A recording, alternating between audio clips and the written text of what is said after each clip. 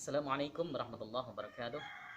Bismillah, alhamdulillah, salatu wassalamu ala rasulillah Muhammadin sallallahu alaihi wasallam wa ala alihi wa sahbihi wa mawala amma ba'du. Ikhwatal iman, kita berjumpa lagi dalam majelis Muhtarul Ahadits Nabawiyah, yaitu hadis-hadis pilihan yang terangkum dalam kitab yaitu Muhtarul Ahadits Nabawiyah ini. Kemarin kita telah membahas satu hadis ya pada bab harful hamzah dan kita akan meneruskannya pada bab yang sama. Mudah-mudahan pembahasan kita meskipun singkat ya bertahap itu menambah kecintaan kita kepada Nabi Shallallahu Alaihi Wasallam, menambah kecintaan kita akan ilmu dan menjadikan kita menjadi orang yang beramal dengan ilmu dan juga menjadi orang yang bersahabat dengan hadis Nabi Shallallahu Alaihi Wasallam. Hadis yang akan kita bahas di hadis kedua ini adalah hadis riwayat Al-Jamaah, yaitu berbunyi i'til ma'rufa wajtanibil munkar. Laksanakanlah perbuatan-perbuatan yang ma'ruf, yang baik, dan jauhilah perbuatan yang mungkar. Yang disebut ma'ruf menurut para ulama adalah ma istahsanahu syar'u wal aql. Apa yang dianggap baik oleh syara' wal aql serta akal tab'an lahu, yang mengikuti syariat, akal yang mengikuti syariat.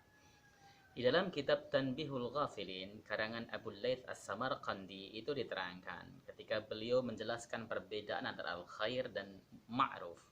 Di dalam Al-Qur'an Allah mengatakan wal takum minkum ummatun yad'una ilal khairi wa ya'muruna bil ma'ruf. Hendaklah kalian menjadi umat, ya. Hendaklah kalian menjadi umat yang yad'una bil ma'ruf, yad'una bil khair, yang mendakwahkan kepada perbuatan khair dan memerintahkan kepada perbuatan ma'ruf. Al khair menurut beliau dikatakan sebagai dinul Islam, agama Islam, yang artinya kita diperintahkan oleh Allah Subhanahu wa taala untuk menjadi bagian daripada umat yang bisa menyeru berdakwah kepada agama Islam, mengajak orang-orang yang belum beragama Islam menjadi beragama Islam dengan akhlak kita, dengan lisan kita, dan dengan apapun juga yang bisa menjadikan seseorang mendapat hidayah dari Allah Subhanahu wa taala. Yang kedua, kata ma'ruf adalah syariat Islam, syara'iul Islam. Kenapa demikian? Karena al-ma'ruf adalah objek dakwahnya adalah orang-orang Islam yang dia diajak, diseru untuk melaksanakan dan menjalankan syariat-syariat agamanya.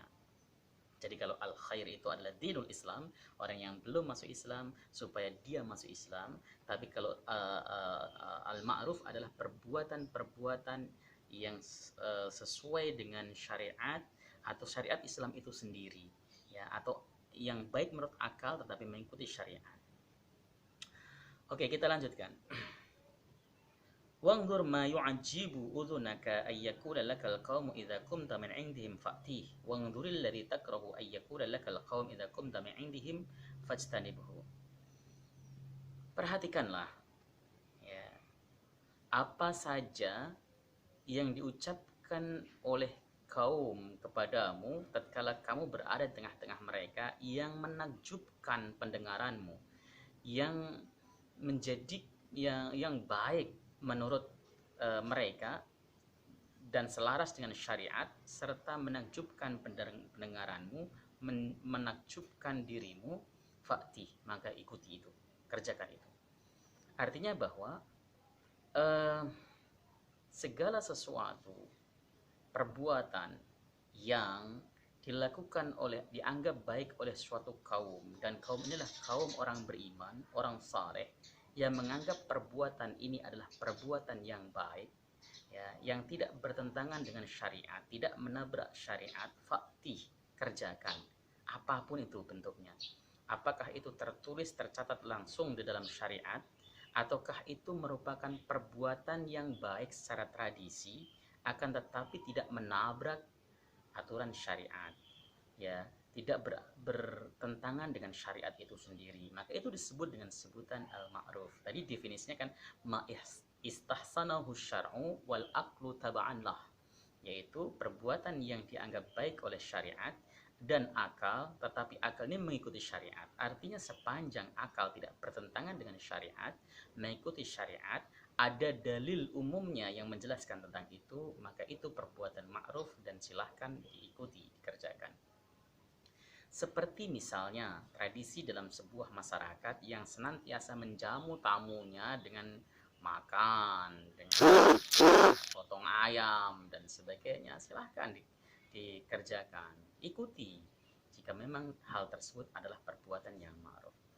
Kemudian perhatikan juga apa-apa yang diucapkan oleh kaum tatkala kamu berada di sisi mereka dan kamu membencinya, tidak menyukainya, maka jauhi itu. Artinya di sini adalah syariat menjadi ukuran, akal menjadi ukuran, menjadi timbangan, ya. Karena orang-orang saleh itu tidak mungkin mereka akan menabrak aturan Allah Subhanahu wa taala. Tapi timbangannya adalah kaum tersebut adalah kaum yang saleh, kaum yang beriman, bertakwa kepada Allah Subhanahu wa taala. Artinya ketika kita ingin mendapatkan pahala yang banyak, kebaikan yang banyak, kerjakan yang ma'ruf. Artinya kerjakan apapun yang diperintahkan Allah dan Rasulnya yang menjadi syariat Islam, ataupun yang tidak menjadi aturan baku dalam syariat. Tidak ada aturan bakunya di dalam syariat, tetapi tidak bertentangan dengan titah Allah dan Rasulnya, bahkan sejalan dan selaras, maka kerjakan. Ya, seperti contoh ya, ketika halal bihalal, halal bihalal itu ada tidak ada syariatnya, bukan merupakan titah Allah dan Rasulnya. Akan tetapi halal bihalal ini selaras dengan aturan syariat, selaras dengan perintah Allah dan Rasulnya untuk menyambung tali silaturahim dan minimal musafahah. Musafahah ini ada dasarnya, yaitu ma min muslimaini yaltaqiyani summa yatasafahani ghufirallahu lahuma qabla ayatafarraqa. Ghafarallahu lahuma qabla ayatafarraqa. Hadis ini diriwayatkan juga oleh Al-Imam Al-Bukhari dalam kitab Al-Adab Al-Mufrad, juga diriwayatkan oleh Al-Imam Al-Hakim Abul Iman.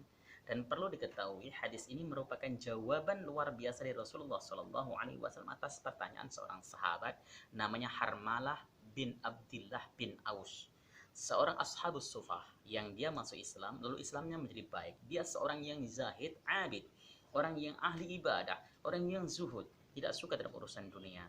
Beliau bertanya, ausini ya Rasulullah, ya, ausini, berikanlah, ya Rasulullah, usini, ya, berikanlah aku wasiat, gitu, ya, amal yang akan, apa yang harus aku lakukan. Jadi minta kepada Rasulullah Sallallahu Alaihi Wasallam, ya, supaya Rasulullah Sallallahu Alaihi Wasallam memberikan wasiat kepada beliau, memberikan pesan kepada beliau. Ya, inilah ghirah seorang sahabat yang luar biasa, dan harus kita contoh bahwa kita harus senantiasa termotivasi. Ya, kita ketemu orang minta wasiat, ausini, berikan wasiat kepadaku, begitu ya. Saya rasa begitu saja, mudah-mudahan manfaat. Assalamualaikum warahmatullahi wabarakatuh.